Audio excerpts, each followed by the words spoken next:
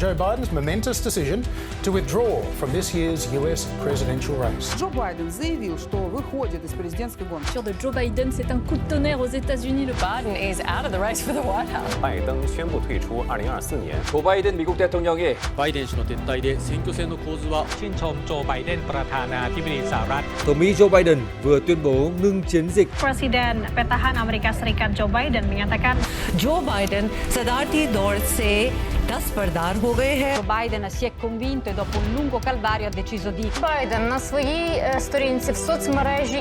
Віце-президентка США Камала Гарріс заявила, що США Джо Байден своє рішення він опублікував в мережі X. 多媒体报道，美国前总统特朗普13号。 El presidente de Estados Unidos Joe Biden anunció que se retira. अमेरिकी राजनीति में तकरीबन 5 दशकों से सक्रिय जो बाइडेन ने अब ये फैसला कर लिया है कि वो अगले अमेरिकी राष्ट्रपति पद के लिए चुनाव में नहीं होंगे।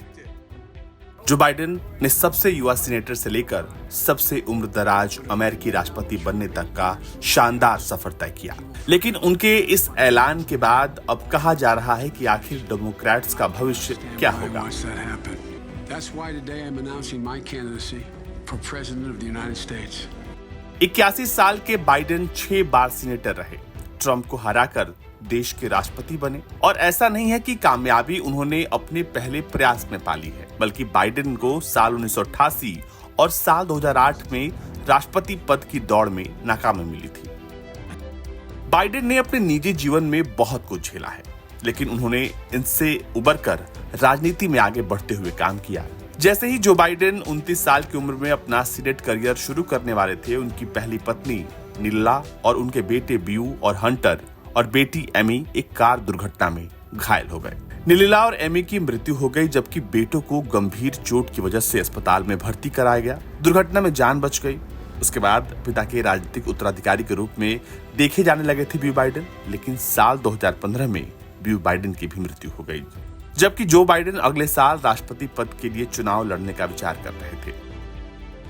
बियू बाइडेन डेलावेयर के अटॉर्नी जनरल चुने जाने के बाद राजनीति में अपनी पहचान बना रहे थे, जब उन्हें ब्रेन कैंसर हो गया। दूसरे बेटे हंटर बाइडेन व्यक्तिगत और राजनीतिक घोटालों के बाद नशे के आदी हो गए। बाइडेन को शुरू से हकलाने की बहुत समस्या थी। अपनी शारीरिक समस्याओं पर उन्होंने काबू पाया और अब वो अमेरिका के इतिहास के सबसे उम्रदराज राष्ट्रपति हैं। कहा जाता है कि जो बाइडेन कविता सुनाकर और राजनीतिक भाषण देने में सक्षम होकर इस पर उन्होंने काबू पा लिया। जो बाइडेन को 2 बार ब्रेन इंजुरियम हुआ और उनके लिए अलग अलग सर्जरी हुई थी, और 1988 में उन्हें पैल्मोनरी एल्बोजियम भी हुआ, जिसकी वजह से लगभग वो आधे साल खेलों से दूर रहे। उनके हर सुख दुख में उनकी दूसरी पत्नी जिल बाइडेन उनके साथ रही।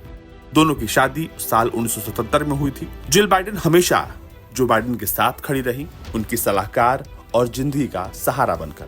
जिल बाइडेन राजनीतिक रूप से शामिल रही और चुनावों के लिए उन्होंने जो बाइडेन के लिए प्रचार किया। संभवतः कहा यह जा रहा था कि इस बार भी वो प्रचार करेंगे। दोनों से एक बेटी है जिनका नाम है एश्ले ब्लेजर, जो एक सामाजिक कार्यकर्ता है। लेकिन जो बाइडेन ने फैसला किया कि अब वो इस बार ट्रंप के खिलाफ चुनाव में नहीं उतरेंगे। बाइडेन का जन्म पेंसिल्वेनिया के स्क्रैम्पटन में एक आयरिश मूल के परिवार में हुआ। वो अपने बचपन और परिवार के संघर्षों के बारे में अक्सर बात करते हुए देखे गए हैं।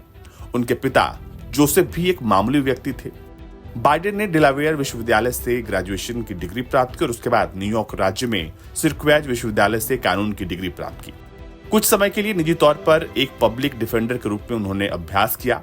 आधी सदी से भी ज्यादा समय तक चलने वाले उनके राजनीतिक करियर की शुरुआत 1970 में तब हुई जब उन्होंने डेलावेयर राज्य में न्यू कैसल काउंटी काउंसिल के लिए चुनाव जीता, जहां उनका परिवार शिफ्ट हो गया था।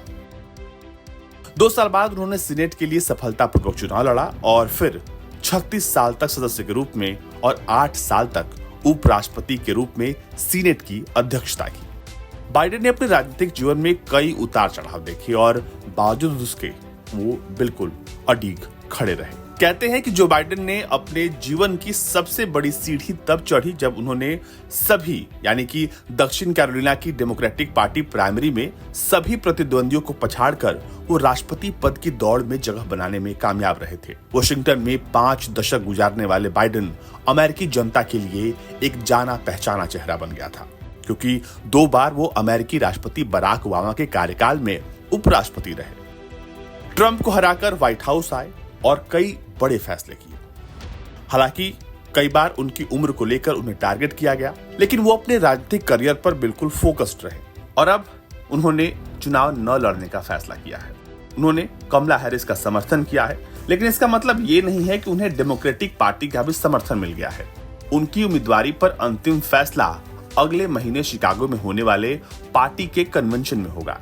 इस साल की शुरुआत में आयोजित डेमोक्रेटिक राष्ट्रपति पद की प्राइमरी के दौरान बाइडेन ने 19 से 22 अगस्त के कन्वेंशन में सभी प्रतिनिधियों में से लगभग 95% का समर्थन हासिल किया था, जो बाइडेन के समर्थन को देखते हुए इन प्रतिनिधियों द्वारा हैरिस का समर्थन करने की संभावना है।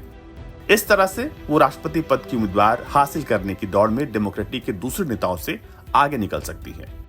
कमला हैरिस के सामने कैलिफोर्निया के गवर्नर गोविन न्यूसॉम, मिशिगन के गवर्नर ग्रेचेन विटमर और पेंसिल्वेनिया के गवर्नर जोश शापिरो सहित कई नेता इस वक्त काफी आगे दिखाई दे रहे हैं, पर कमला हैरिस का लगभग राष्ट्रपति उम्मीदवार बनना इस बार तय है। Bureau report, Bharat.